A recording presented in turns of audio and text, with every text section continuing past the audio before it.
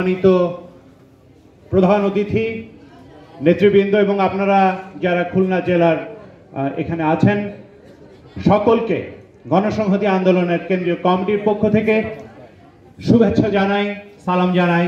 আসসালামু আলাইকুম।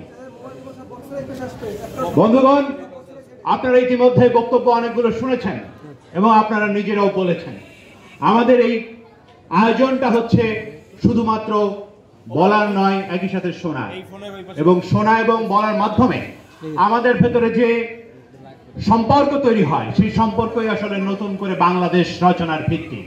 অর্থাৎ যেখানে রাজনৈতিক নেতৃত্ব জনগণের কথা শুনবেন এবং জনগণের চাহিদা অনুযায়ী জনগণের যে আকাঙ্ক্ষা সে অনুযায়ী তার রাষ্ট্রকে পরিচালনা করার দিক নির্দেশনা নেবেন, সেই রকম একটা বাংলাদেশ আমরা চাই।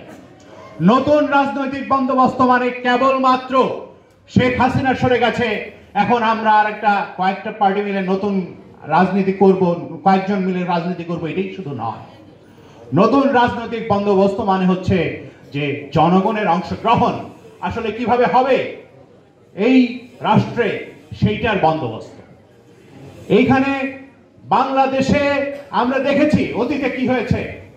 অতীতে হয়েছে গুটি কত লোকের হাতে, একজন ব্যক্তির হাতে সমস্ত ক্ষমতা বাংলাদেশের সংবিধানের মাধ্যমে তুলে দেওয়া হয়েছে। এক ব্যক্তির হাতে জবাবদিহিতাবিহীন ক্ষমতা, তার কোনো জবাবদিহিতা নাই, তার কথাই বাংলাদেশে আইন।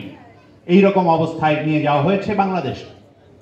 আমরা দেখেছি যে বাংলাদেশে এমন একটা অর্থনৈতিক ব্যবস্থা তৈরি করা হয়েছে, সেখানে এসালম, সামিট, বেক্সিমকো, বসুন্ধরা, এইরকম ৫-৬টা এবং তার বাইরে আরো কিছু কিছু, তারা সমস্ত দেশের অর্থনীতিকে নিয়ন্ত্রণ করা শুরু করেছে। আমরা দেখেছি যে বাংলাদেশের সমস্ত রাষ্ট্রীয় এবং সমস্ত ধরনের সাংবিধানিক প্রতিষ্ঠান সেগুলোকে ধ্বংস করে ফেলা হয়েছে। বাংলাদেশে পুলিশ বাহিনীকে ধ্বংস করে ফেলা হয়েছে। বাংলাদেশের আর্মির ভেতরে নানা ধরনের দুর্নীতি ঢুকিয়ে দেওয়া হয়েছে, তাদেরকে নানাভাবে ব্যবহার করা হয়েছে। এই সমস্ত কিছু কিন্তু আমরা দেখেছি। এইগুলো কি? এগুলো হচ্ছে একটা রাজনৈতিক বন্দোবস্তের ফলাফল। সেই বন্দোবস্তটা হচ্ছে একটা স্বৈরতান্ত্রিক বন্দোবস্ত, যেটা বাংলাদেশের শুরু থেকে এই পর্যন্ত ছিল। আওয়ামী লীগ সেটাকে তার যে রাজনীতি, সেই রাজনীতি দিয়ে একটা ফ্যাসিবাদী বন্দোবস্তে পরিণত করে নিয়েছিল এবং ফ্যাসিবাদী বন্দোবস্তে পরিণত করে বাকি সবাইকে তারা শত্রু জ্ঞানে চিহ্নিত করত।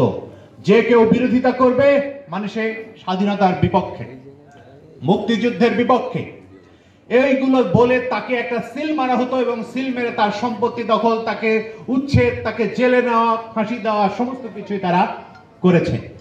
এই যে পরিস্থিতি, এই পরিস্থিতির ভেতরে বাংলাদেশ যতদিন পর্যন্ত ছিল, সেই বন্দোবস্ত থেকে আমরা একটা নতুন জায়গায় পৌঁছেছি। এই দিক থেকে যে বাংলাদেশ আজকে নতুন করে ভাবতে পারছে যে আমাদের সামনে আমরা কেমন বাংলাদেশ চাই। এর আগে এই ভাবনাটারও অবকাশ আমাদের ছিল না। আমাদের হয়তো উনি তো সব ভেবে দিতেন, আমাদের তো কোনো চিন্তা ভাবনা করার কিছু দরকার ছিল না। শেখ হাসিনা সবকিছু সমাধান করে দিবেন, সবকিছু ভেবে দেবেন।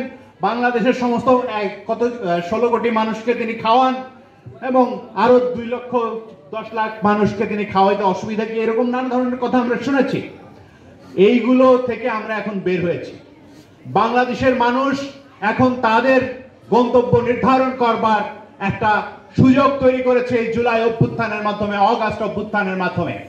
শেখ হাসিনা, পরাক্রমশালী শেখ হাসিনা, যিনি বলেছিলেন যে শেখ হাসিনা পালায় না, আমরা দেখেছি তিনি পালিয়ে গেছেন। এখন তিনি কিন্তু তাদের রেখে যাওয়া সমস্ত কিছু কিন্তু এখনো অনেক জায়গায় অবিকৃত অবস্থায় আছে। তার প্রশাসন, তার যে রাজনৈতিক বন্দোবস্ত, তার সমস্ত কিছু এখনো আছে এবং সে কারণেই তিনি মাঝে মধ্যে টুক করে ঢুকে পড়া এবং অন্যান্য বিভিন্ন জিনিস করেন। বাংলাদেশের বর্তমান জনগণের যে সংগ্রাম, সেই জনগণের সংগ্রামটাকে তিনি ছোট করার জন্য নানা ধরনের ষড়যন্ত্রের গল্প ফাঁদেন এবং বাংলাদেশকে একটা ব্যর্থ, এই সংগ্রামকে একটা ব্যর্থ প্রমাণ করার জন্য আজকে ভারতীয় মিডিয়াকে বাংলাদেশের বিরুদ্ধে লেলিয়ে দেওয়া হয়েছে। ফলে বাংলাদেশে আজকে নতুন করে যাতে কোনো কিছু নতুন করে গড়ে উঠতে না পারে, বাংলাদেশে নতুন রাজনৈতিক বন্দোবস্ত যাতে তৈরি হতে না পারে তার জন্য তারা সক্রিয় আছে। এই ষড়যন্ত্রকে আমাদের ব্যর্থ করে দিতে হবে।